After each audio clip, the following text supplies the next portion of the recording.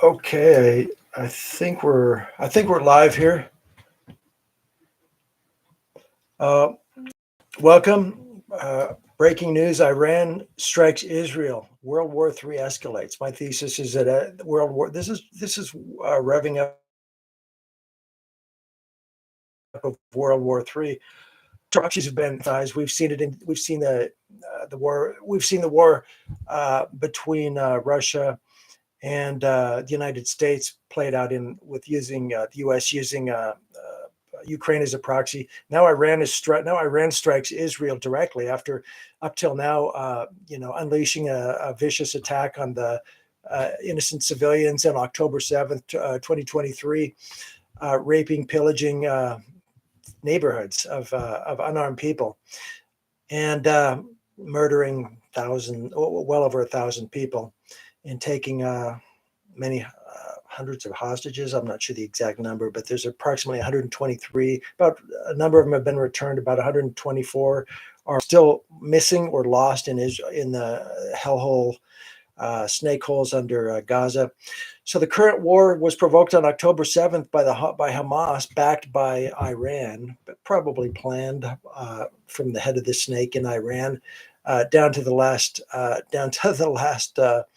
detail, and carried out by Hamas on that date. So far, Shabis, the Houthis, Hamas, Hezbollah has been, incidentally, earlier tonight, Hezbollah was unleashing massive waves of missiles on northern Israel from southern Lebanon.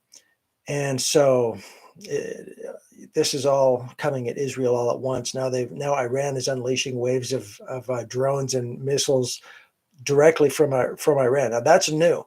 That's new that Israel is firing from their own directly from Israel. Of course, they've been using the proxies up till now. So far, at least three waves of drones have been unleashed against Israel by Iran from Iran this evening. Now, this is the first time since the Gulf War in the 1990s that Israel has been on a complete state of alert from north to south. The entire country, rocket alert sounding from north to south. Hamas rockets on October 7th gave them seconds and minutes to respond. However, now they're being fired from Iran. That gives the Israelis more time. That gives them more time to respond, up to, could be a couple hours to respond, maybe even more, maybe up to 9 hours, depending on how they're staggered. Israel has been shutting down GPS services since October 9th. They've been disabling GPS services and signals. And how they do it is classified, but they have GPS jammers. And so your phone essentially is, if you're there, your phone is going to say, if you're in southern Israel, your phone's going to say, oh, you're down in Egypt, or if you're in the north, it'll say you're up in Lebanon. So the GPS is being shut down by these jammers. Now that's gonna these drones are depend on GPS. So what happens is it'll be these drones become ineffective as a result of the fact that Israel is jamming the GPS. So these are the Shahed drones that Iran has been selling to Russia for use against the Ukraine, are GPS guided. And so multiple drones have been shot down by air defenses so far. American, Israeli, and British jets have destroyed many of these drones in the first wave. So here we have America and British fighting to protect Israel. How much damage could these drones do? Well, they're not the same as the ballistic ICBM. Still have a shell. You may still have part of the shell of the home standing there, so it won't completely wipe it off the, obliterate it from sight. It might take out, if one of these drones hits an airport, it might take out several planes, but it's not going to take out the whole airport. I'm talking about the drones. Compare that with a cruise missile, which that could take out a whole city block. So those are devastating. Now, Israel has the air defenses. They have the David Sling, they have the Iron Dome air defense systems, but they have a limited they have a limited ability to react. There's only so many. There's only so many missiles at once that you can take out. And so the theory is, the strategy is with Iran to overwhelm the missile defense systems in the first wave, and orders to reload for the missile defense system.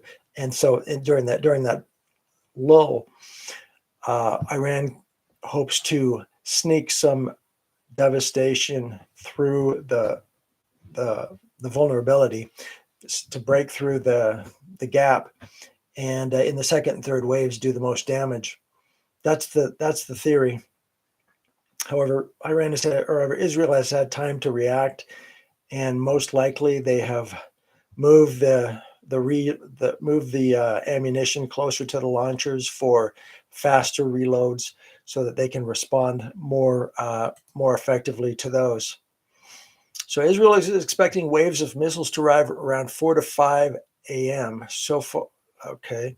150 drones will arrive against Israel over the next 9 hours in staggered waves.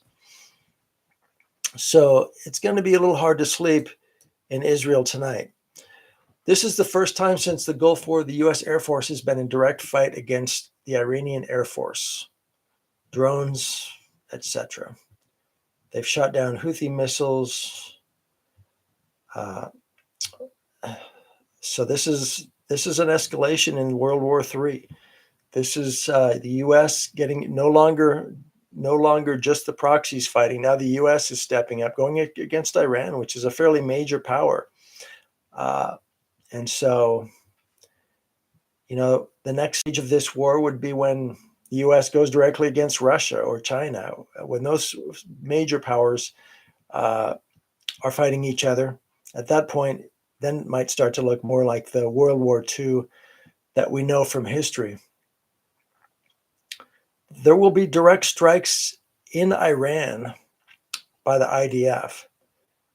We know this because the IDF has promised that that's what's going to happen if Iran strikes Israel.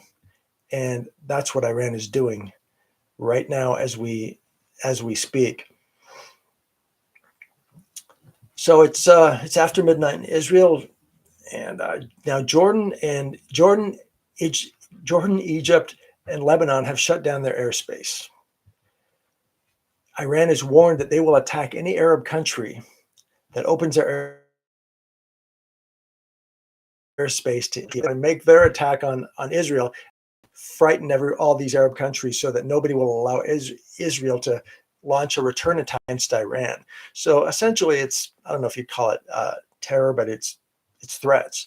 They're threatening to escalate against any Arab country in the region that assists Israel by opening their airspace to them. So Jordan, Egypt, Lebanon have shut down their airspace. It makes it a little harder for Israel to respond and to fight back. In order to do so, just looking at on the surface, that means Israel would have to fly through the Gulf of Aden, down the Indian Ocean, up through the Persian Gulf, etc. In order to pull that off, they'd have to do in-flight refueling with the help of U.S. jets. Israel is, however, this is one major point, which is that Israel is one of the only countries in the world that has the F-35 fighter jets. Now, other than the F-32 Raptor, the F-35 is one of the most advanced fighter jets on the planet and could easily defeat all air defenses and cross any airspace without being seen. Israel has 35 of these. So that's probably what they had in mind when they said, we will fight back and you will get struck in Iran. And the USA has the F-32 Raptor, which is almost invisible. So this is just ramping up. This is just the beginning, and we'll see more. Subscribe for updates. This is Roger Weston of The Recruiter. God bless you, and good night. Say your prayers for Israel.